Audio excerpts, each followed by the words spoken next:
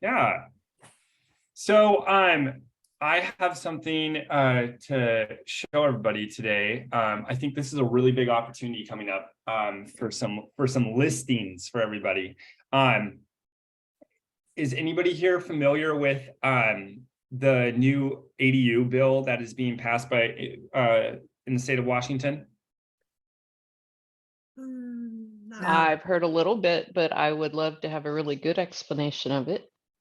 So I think it's pretty cool. We can get down a political rabbit trail of, if you like the law, but I'm not going to talk about that. I'm going to talk about how this benefits us as real estate agents. So I'm going to share this article. Actually, I'll just share it right now in the chat so that you guys can follow along because my internet wasn't working very well. And so if it's like skippy, then you can follow along on your own computer, but I'll try and share my screen again. So I'll summarize. This bill states that essentially anybody, with few exceptions, can build an ADU or two ADUs on their property. The exceptions are obviously HOAs. Like if you're in an HOA or your client's in an HOA that doesn't allow it ADUs, that's fine. That's like, I mean, an HOA is kind of like a government within a government, right? It's kind of like a city has jurisdiction within a state. HOA is kind of like that too. So obviously with exception to HOAs and certain rural areas, essentially you can build a detached dwelling unit on any lot that's over 4,500 square feet, which is almost every lot. And you can actually do two ADUs, like one attached to your home. So like you can turn your basement into an ADU and do a detached ADU. That part's pretty cool, but it gets better. So there used to be all kinds of restrictions about, it had to be zoned properly. One of the big ones was you could only do it if it was an owner occupied property. So if you have a rental property, you couldn't put an ADU in the backyard because it was only if you lived in the home and you want an ADU in the back. Now there's no restrictions like that. There's no parking restrictions anymore. It used to be like there had to be a certain amount of parking within, X amount of blocks. And anyways, those are all out the window. You can pretty much build an ADU at any time if your lot is 4,500 square feet or more. But the craziest part, you're going to be able to condominiumize your property, meaning you can turn the ADU in your backyard into a condo, right? And sell it. Freaking huge. So like, for example, I was talking to Craig, the owner here, because he's selling one of his properties and there's an ADU in the back. And I said, dude, you got to wait 90 days. And it's about 90 days. It just passed the Senate. Inslee should sign it any day now. And then it'll take 90 days for it to be law. But so let's use Craig's home as an example. His home is probably worth about $650,000 without an ADU. With an ADU, it's probably worth about $750,000. Okay. If he were to wait 90 days, he could sell it now for $750. We're assuming it's worth $750 with the ADU. But if he waits 90 days, he could probably sell his home for $650 and then sell the ADU for $300, give or take. Because how many homes are available for $300,000 or less in Tacoma? None, right? Like practically none. And this is like a beautiful 500 square foot, one bed, one bathroom home for all intents and purposes, like totally redone, all new electrical, plumbing, brand new kitchen, like dialed. I'm sure it would sell for 300, but let's just assume that for the sake of this conversation. So now his property, instead of selling it for $750 today, in 90 days, he'll be able to, if my assumptions are correct, sell it for $950,000 by essentially subdividing it. Now there's costs that go into that. He's going to have to pay for the, condominiumizing the property, which will involve a real estate attorney, and there will be other expenses, but that's freaking huge. I mean, it's such a big deal. So I don't have like a huge agenda for this meeting. I just kind of wanted to talk to everybody, kind of fill you in on like where my thought process is going. But I'm going to be going to everybody I have sold a home to in the past 7-8 years I've been in the business. and say to them, do you know there's $300,000 in your backyard? You know, it's a good icebreaker, right? Everybody laughs and like, oh, that's funny. What do you mean? And I'm going to go to them and I'm going to say, hey, my goal over the next 90 days is I'm going to become an expert on this, because this is all public information. It's not like you need to get past gatekeepers and like you can go to the city of Tacoma or wherever you are, the county, depending on, you know, where these properties are, and say, okay, walk me through the process. I'm going to go and just use one of my properties as an example. I'm going to say, I have this property. It's in Lincoln District. I want to build an ADU. Walk me through the process. What are the permitting fees? What needs to be done? And go through the whole process. So then I can go to you as my seller and I can say, here's an option I've got for you. We're going to build an ADU. I'm not going to do it. I'm not a builder, but I can help you find the right people. We're going to build an ADU. It's going to take us 9 months to 12 months probably. And it's going to cost, I've been getting quotes from builders just trying to, you know, figure out the cost of all this, but I'm going to work with a lot of assumptions here. I'm not saying any of this is necessarily true, but it should be far less than 200,000. But if I can build an ADU in your backyard for $200,000, and then sell it for 300,000, even though your closing costs are going to be, call it 30,000 on the high, in 12 months, you can get a check for $70,000 net. And it's not, you're just going to lose part of your backyard. That's it. And for us, obviously there's so many benefits. Like we get the listing, we get a touch point with our clients. We're providing a resource. By the way, if you know anybody else who has questions about this, I can help, you know, other people facilitate this. I mean, like the business that can come from this, just providing this resource to people and educating them, even if they don't take you up on it, they appreciate that you're the first one to tell them about it, right? So anyways, I think, like I said, I don't really have like a big agenda for this meeting. I think I just wanted to encourage everybody to read up on this bill that's being passed, and see that this is like a huge opportunity. I think there are going to be real estate agents going after your clients. They're going to be knocking on doors and telling your clients and, you know, everybody else's clients like, hey, I can build an ADU in your backyard and sell it, and they'll get those listings. And don't let that happen to you. You know, be the expert and be someone who can provide these resources. So I've interviewed 2 different builders in the past 2 weeks, asking them to give me quotes on like different plans. Like the one that I spoke to gave me a plan for a 2-bedroom, 1-bathroom, 650 square foot ADU, and a 1-bedroom, 1-bathroom, 450 square foot ADU. So then hopefully I can go to my clients and say, okay, you can do this one or this one. And here would be the ROI for this, and here would be the ROI for this. And then you can also further your relationships with your lenders, right? You can go to your lender and say, hey, I'm going to be getting a lot of people to do this, and my clients are going to need some, HELOCs or cash out refinances in order to get the capital to build these ADUs. Now your lenders are like, oh, wow, you're awesome. And they're more likely to send you leads, right? Because you're the agent who's bringing them a ton of business, refinance business, right? There's a lot of ways that we can use this to build our business. And to go on that tangent for a little bit, the builders I've been talking to, guess what? They're grateful for me too. They're more likely to refer me now too, because I'm going to be referring them a lot of business, right? So what I'm doing here is I have this spider web of connections. I'm just kind of spearheading it. And I have my real estate attorney who I'm talking to about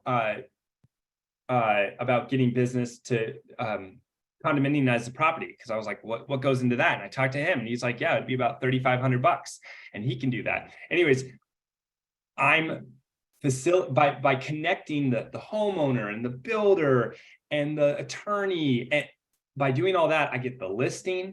I get a bunch of people who appreciate me because I facilitated this, and I got all these referrals for all these different people, and it just spirals into a bunch of potential referrals. So anyways, I really just wanted to talk about this and encourage everybody to use this. If in no other way, just use this as a reason to contact your clients. We all know that we should be reaching out to our clients at least once a quarter, but probably much more often than that. And it's always when you're actually doing that and you're touching your past clients and just, reaching out to them, it's always a little weird. You're like, oh, what am I going to talk about? This is a great reason to call everybody in your database. Hey, I just want to let you know, I've got an article here. This is a new law. This is a new bill that's being passed. And if you're interested, I can kind of elaborate on this and we could get coffee. Like, that's perfect. If nobody takes you up on this and nobody, wants to build an ADU and you don't get any listings, at a minimum, you're going to have a really helpful piece of information that you're providing your clients that they're not finding about on the news, and they're going to remember that.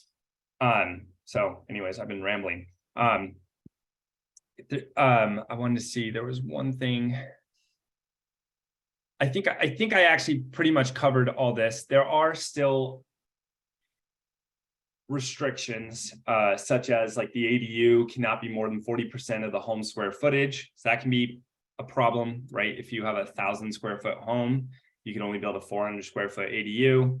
So that can be, there are hurdles still. So I encourage you, before you start telling everybody about this, do some education, make sure you have most of the answers.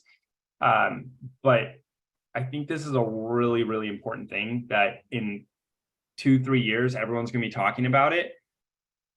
But if you're the first one talking about it, people are going to remember that.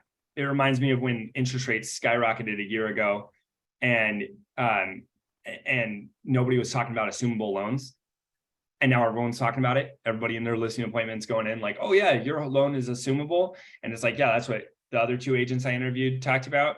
So it's less valuable. But if you were going into listing appointments a year ago talking about assumable loans, I bet you nobody else was talking about it, which helped your case.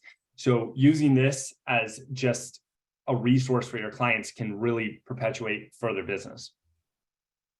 Okay, I feel like I'm repeating myself. Any questions? Does anybody have anything they want to add, or just kind of, I want this to be like open forum and we can all kind of learn from each other.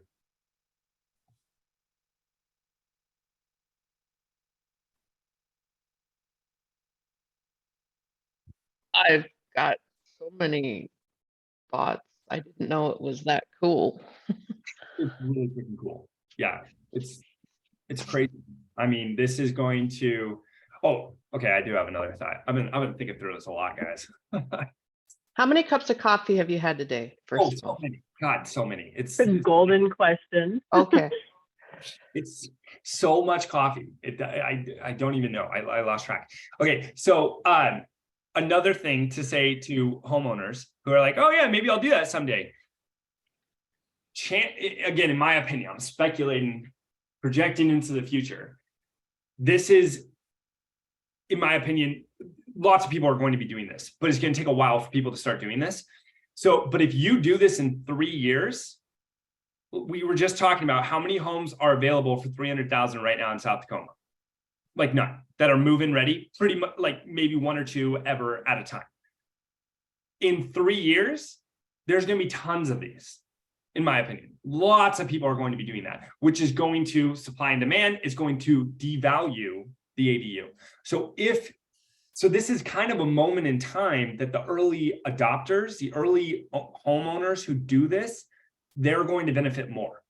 Because obviously, if there's 30 ADUs available on the MLS for sale, that's going to, just because there's more supply and there's not a ton of demand for people who want 1 bedroom, 1 bathroom, 500 square foot homes, it's going to reduce the value of those ADUs.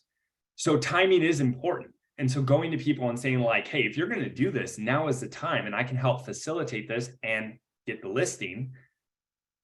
Now is the best time to do it. 7, by the way, cups of coffee, I think. Give or take.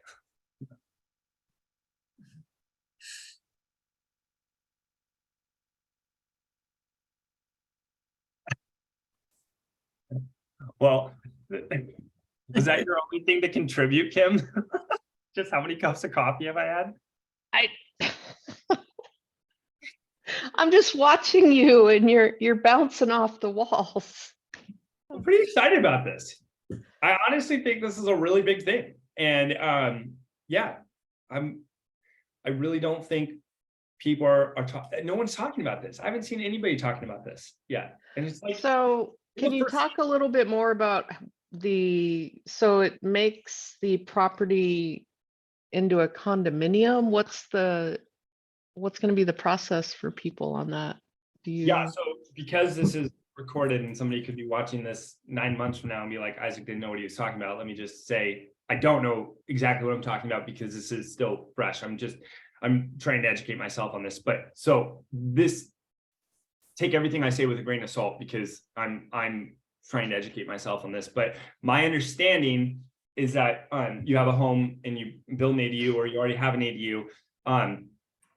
You're not subdividing the property, right? Like you can buy a property that's big enough to subdivide and have a separate lot and build another home, and you've got 2 parcels. This is like a condo. That's why they call it condominiumizing it. It is 1 parcel that that you have an attorney draft CC&Rs, just like a condo, that specifies that you joint owned this parcel, and this portion of the parcel is this person's, and this portion is this person's. And it can be a very, from what I've learned from my attorney, it can be very basic CC&Rs because you don't have shared walls and shared roofs and so on. So it's not like you don't even need an HOA fee or anything like that. But it clearly defines the dividing lines now there's 2 owners, right? So it's 1 parcel, 2 owners, just like a condo, but you're not sharing walls. So this isn't going to be something that everybody does, right? There's going to be a lot of people, especially people who have like more property and live in more rural Pierce County. They're going to be like, I moved here because I don't want neighbors in my backyard. Like, why would I do that? Like, know your audience, right? You're not going to tell this to everybody. But if you're like me, I live in this North Tacoma, and there's, houses on top of houses on top of houses. Like, I don't really care if there's another neighbor behind me. There's already 2 neighbors right here on both sides of me. And if you're telling me I can make $100,000 if I do this, like, yes, it seems like a no-brainer to me. So What does it do to the value of the original house? yeah, I mean, so lots of speculation. My speculation is barely anything. Because so the way I would look at it is how much, if you were to have a listing appointment on a home in North Tacoma, and it had a 3,500 square foot lot, and you found a perfect comp a block away that had a 6,000 square foot lot, so like a bigger backyard, how much would that value change? 2-3%, maybe. I mean, it's something, but not. I mean, how valuable is a big backyard in certain areas? Again, in like where Kim lives, people appreciate rural space, acreage, different. I'm talking North Tacoma, South Tacoma, homes are on top of each other. Most of my buyers, at least millennial buyers, they don't like yards. They don't want to mow their lawn. So I don't think it's going to affect the value of your home much. Does it turn your home into a condo? Because I have a house in Lincoln District. I live in Lincoln District. I have a really big lot, so I could do this. I could probably put 2 on mine. Yeah, from what I'm reading, that's what it seems like.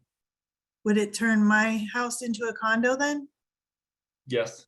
So then it would lower the value of my house. Well, again, we're totally speculating because this is new. People can't say, well, historically speaking, when you condominiumize a single family home, it does this. We're the first state to do this. California has really reduced restrictions on ADUs, but they haven't allowed you to sell off the ADUs separately. So we're the first state, as far as I know, that has done this. So we don't really know, but let's say you're a home buyer and you're considering buying a home that this has been done. There's a ADU in the back and there's the home, and you say, oh wait, what does this mean? It's a condo. And I say, well, honestly, like I'm your broker and now I'm just giving you advice. I would say, well, honestly, just a condo because they subdivided the lot. They did this. I said subdivide because that's like where my mind goes, but it's a condo on paper, but it's not a condo. Like you're not sharing walls. It's not. So I think only time will tell to answer that question, but I can't imagine it's going to reduce the price just by the nature of the fact that it's a condo now. Or no, I bet it will, but not dramatically. I mean, like maybe 5%, maybe.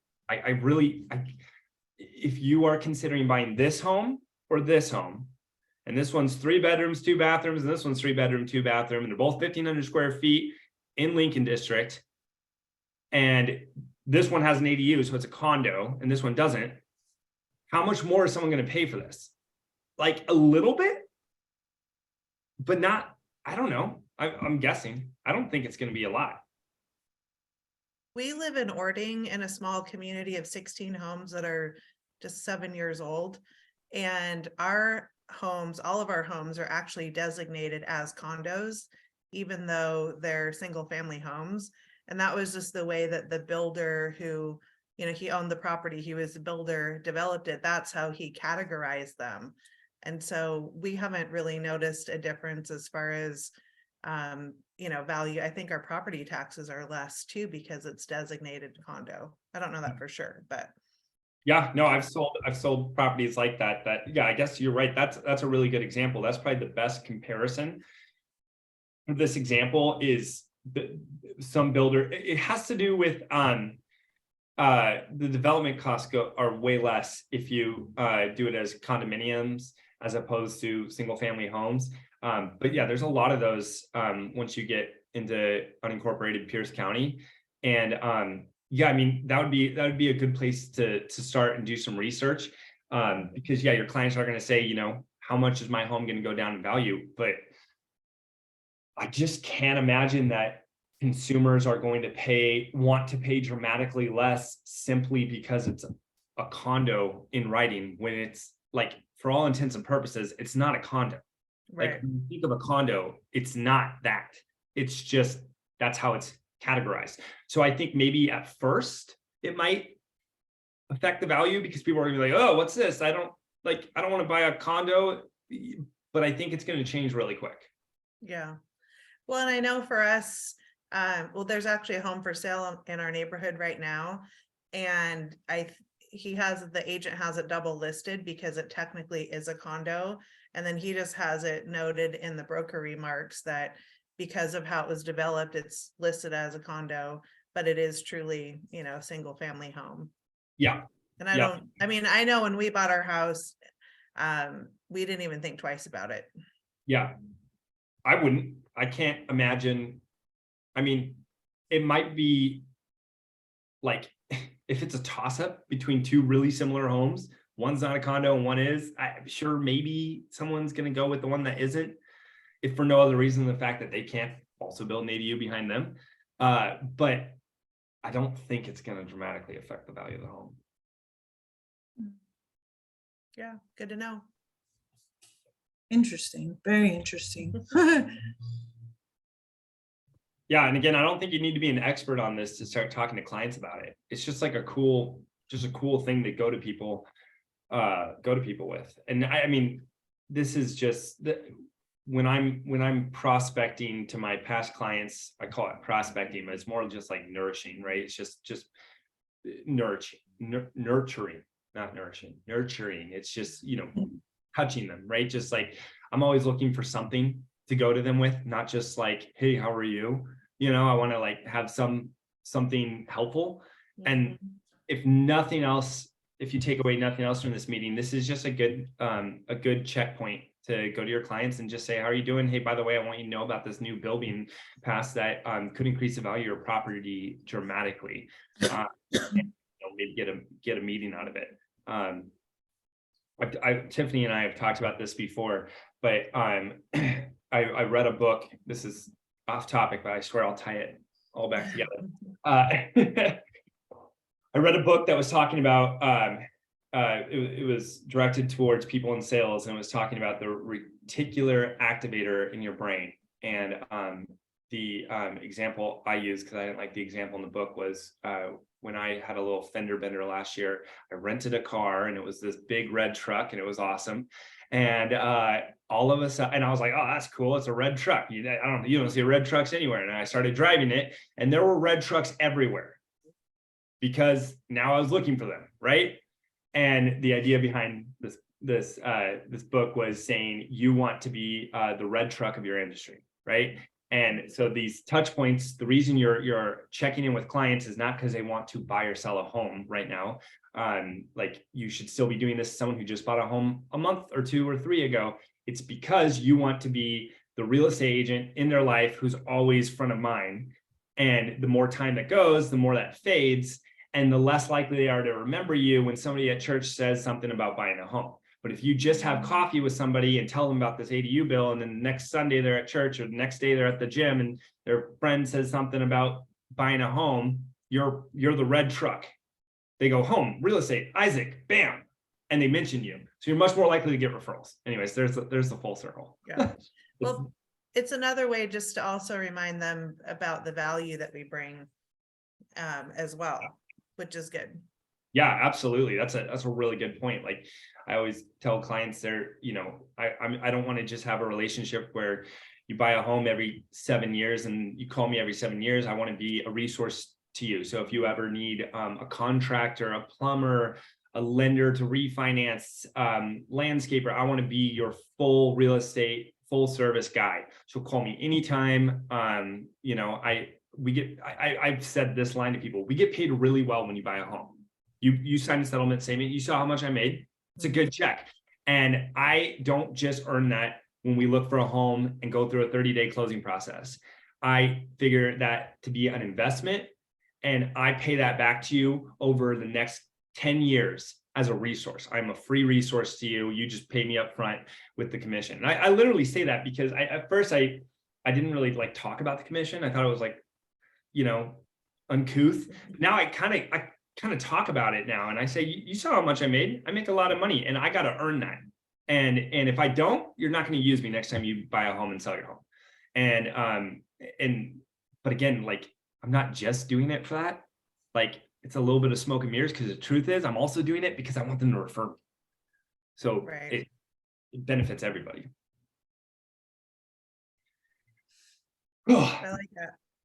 I need a nap.